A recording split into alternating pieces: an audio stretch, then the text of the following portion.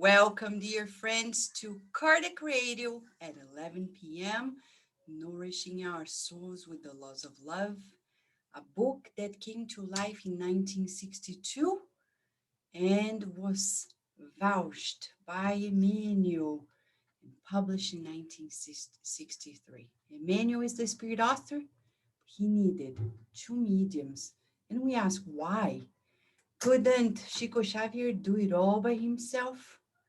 It's not a matter of could. Of course he could, but it's about the laws of God. Because people could claim, oh, well, it's just Chico Xavier, maybe. No. If you see every chapter, 8 chapters, we're going to see that this book brings to us the understanding of suffering from the Spiritist view and talks about the laws of love that come from God. We're talking about the dynamics of our universe. When two mediums come, it's like in science. A scientist in North America discovers something, and then a scientist in the Eastern Hemisphere discovers something equal. They haven't talked to one another, and that's exactly how the book came about. They were the mediums of these questions and answers, and you see from question to question, chapter to chapter, no change whatsoever in the style,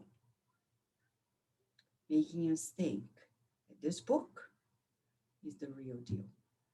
We need to have it at hand.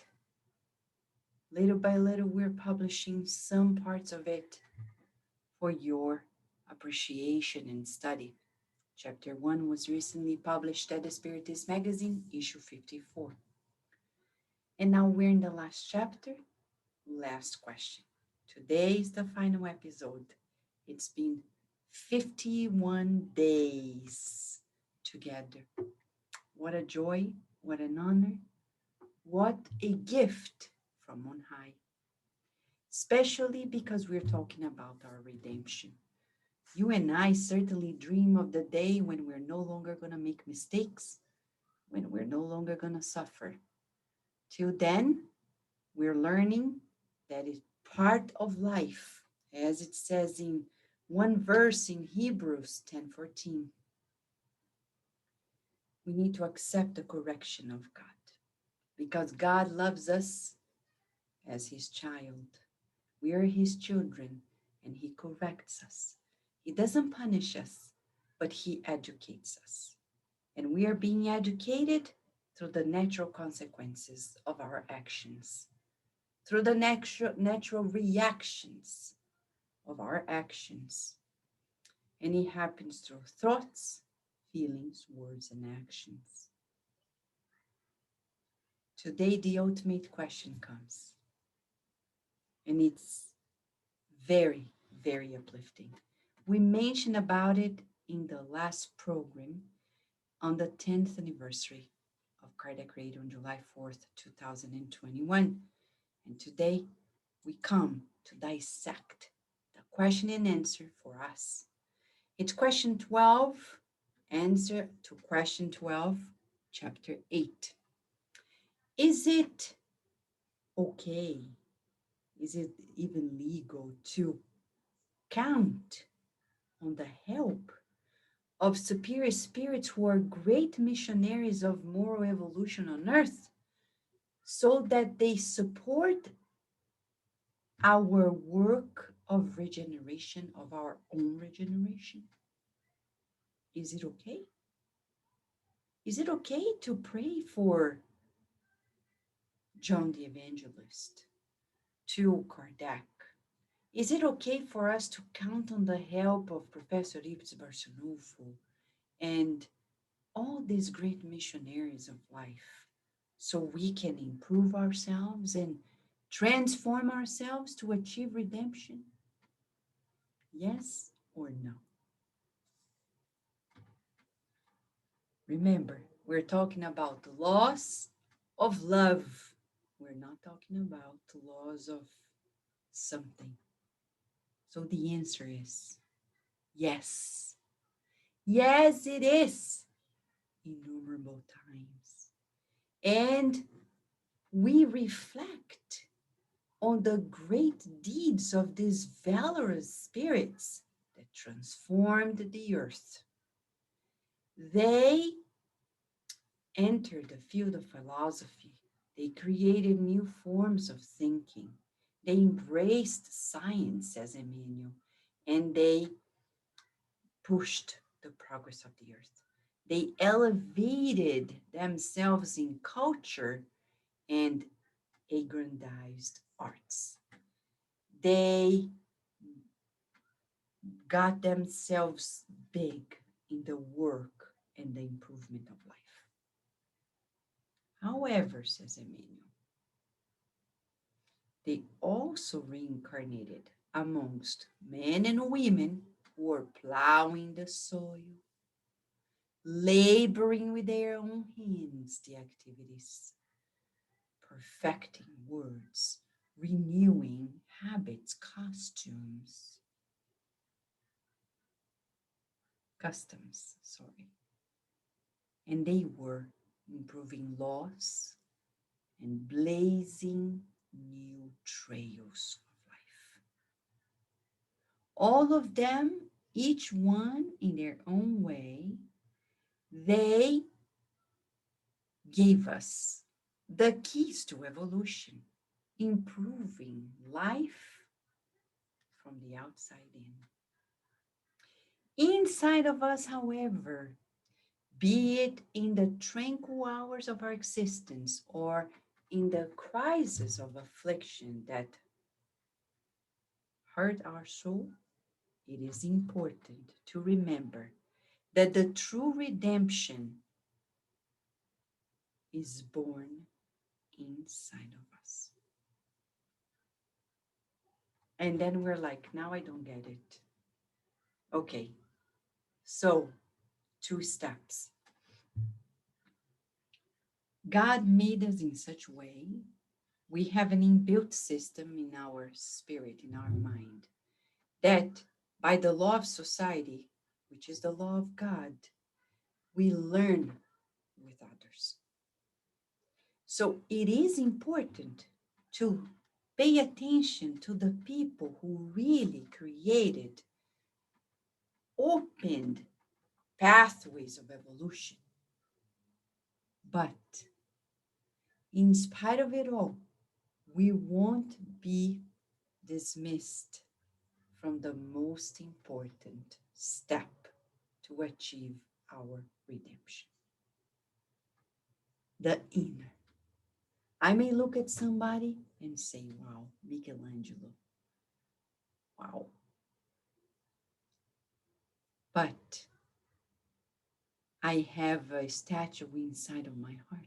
As Jesus said in the chapter when, in the book Good News, he's talking about why he came with Hannah.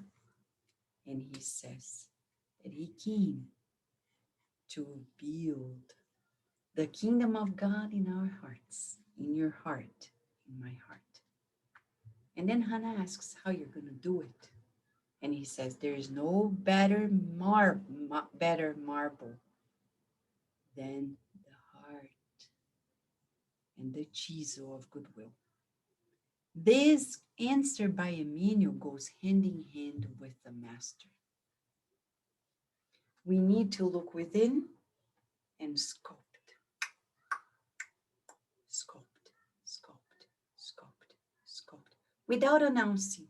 Because there are people who say, oh, I'm doing. No, we don't say anything. We need to practice silence. Silence. We don't trumpet our inner conquests. No. We don't announce. We don't smile just because we need to pretend we're happy or to show that we're happy. We are. We need to be. And Jesus is the model for us of what it is to be human being. Because that's our goal, to become humans. We're still We're in the form, in the human form, but we're still learning to be humans because we're still very animalistic. If you see dogs and us, we have so many similarities. We want comfort, we want care and affection, etc. But we need to labor. We need to earn it. Love work. We need to be conscious that everything comes from God. Love worship. Without worshiping God, we cannot fulfill God's laws. First, we acknowledge God's existence, God's greatness, God's omnipresence. And thus I feel secure because God is omniscient. He knows everything. He is always present everywhere. There's no moment where he's not. And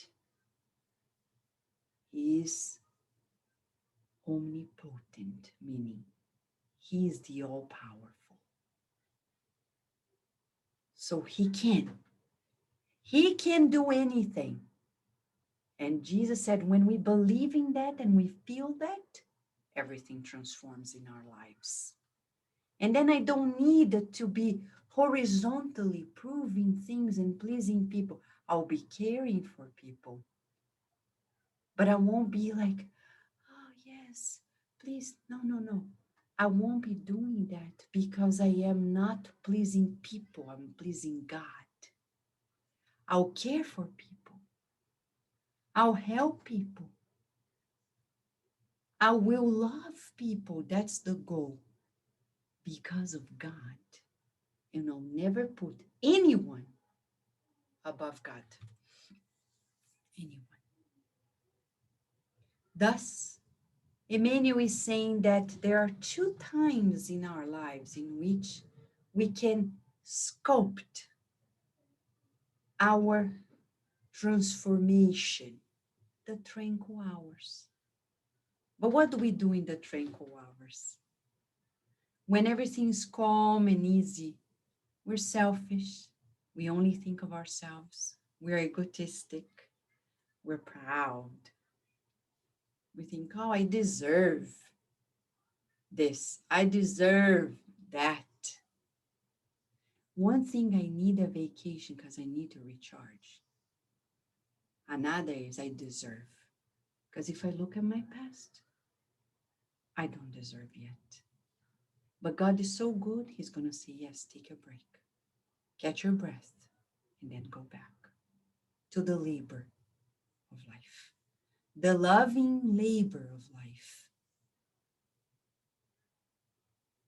So we today are being asked to see what the greatest ahead of us did in their calm, tranquil hours. They didn't go to a coffee shop to chat. They didn't use that to surf the internet out of nothing, or to shop just because we have money, or to travel just because we can. No, the greatest minds, when we look at them, they inspire us to use better our tranquil hours and produce, be constructive. Andrea Lewis says to us, and this is something we need to teach our children, everything is tranquil. What are you going to do? Something that is productive, that is constructive. Is watching this building something in me, helping me or not?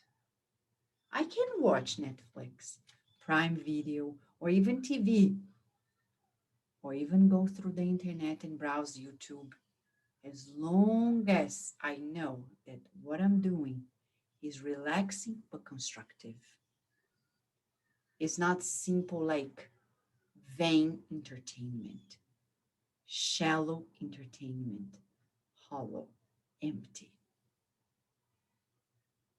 Because when we're done, it's still empty inside of us. And we need to use also the other hand, the crisis of affliction, to build ourselves, which is very hard. Because when the waters are hot, the hot potato is on our hands, we want to escape. We want to throw it at somebody else's hands and say, no, thank you. We have problems at home. We want to run away. We have issues at work. We want to run away. And that's the time in which we needed to see from another angle and take advantage of the afflictions to suffer well. To suffer well is not to enjoy suffering. To suffer well is to understand it. As the Gospel according to Spiritism explains in one of its items, and also Louise Hay, the renowned helper in humanity who wrote so many books, she says, before you dismiss a disease, ask, what is it teaching you? Because if I don't learn the lesson, it will come back. And that's okay. And that's okay, as long as we say, can I learn this time? Once and for all. And keep perfecting our understanding of the message, because our pride and selfishness blinds us and does not allow us to see from difficulties how we're going to change. How do we have to change? So, can we count on the good spirits, the superior spirits? What is the answer? Let's say in a choir. 1, 2, 3. Yes. But how so? By observing what they've done and using techniques in our tranquil hours to be constructive, transforming our afflictive hours into something constructive. Every time we do this movement, we're marching towards our regeneration. Friends, what a joy for us to receive this information. Let us then, in the next 24 hours, practice being inspired by loving superior spirits of all different fields of life.